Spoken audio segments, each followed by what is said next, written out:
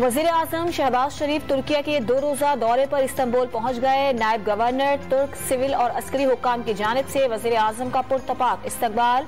वजीर आजम Istanbul shipyard में तुर्क सदर के साथ मलजम क्लास 3 PNS खैबर का इफ्तिताह करेंगे।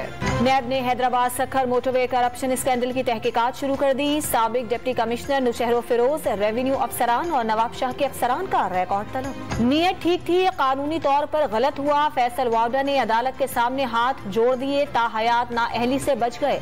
इलेक्शन कमीशन और हाईकोर्ट का फैसला कलअदम। आइंदा जनरल इलेक्शन और सेनेट इंतखाबात के लिए अहल करार। फैसल वावडा ने सेनेट की निशिस्त से इस्तीफा दे दिया।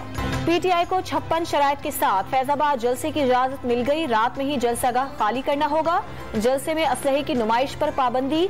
अदलिया और इदारों के खिलाफ तकारीर नहीं होंगी। इमरान खान की जलसागाह में आमद और रवानगी मुकर्ररा रूट्स के अलावा नहीं होगी। स्टेज पर बुलेट प्रूफ रोस्ट्रम होगा। इमरान खान की एक बार फिर खिलाड़ियों को कल दोपहर 1 बजे रावलपिंडी पहुंचने की कॉल। मार्च की कामयाबी के लिए तहरीक इंसाफ के चेयरमैन लाहौर में सरगर्म। फैसला कुन मार्के के लिए हिकमत अमली तैयार। इमरान खान रावलपिंडी के खिताब में अरशद शरीफ के कातिल की गैर जानिबदाराना तहकीकात का मुतालबा करेंगे। लाहौर से कल सुबह 7 बजे काफिला रवाना होगा।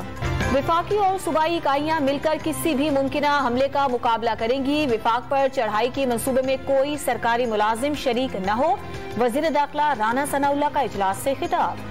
Army chief general Asim Munir और chairman joint chiefs of staff committee general Sahir Shamshad Mirza की 3 साल के लिए तकर्रियों का नोटिफिकेशन जारी। वजारत दिफा ने 29 नवंबर को army chief general Qamar Javed Bajwa और 27 नवंबर को जनरल नदीम रजा की रिटायरमेंट का नोटिफिकेशन भी जारी कर दिया। लाहौर के मुख्तलिफ मकामात पर कस्टम्स की कार्रवाइयां। 21 करोड़ से जायद मालियत की नॉन कस्टम अशिया बरामद कर ली। सिगरेट्स, टायर्स, क्रॉकरी, गारमेंट्स और खुश्क मेवाजात शामिल।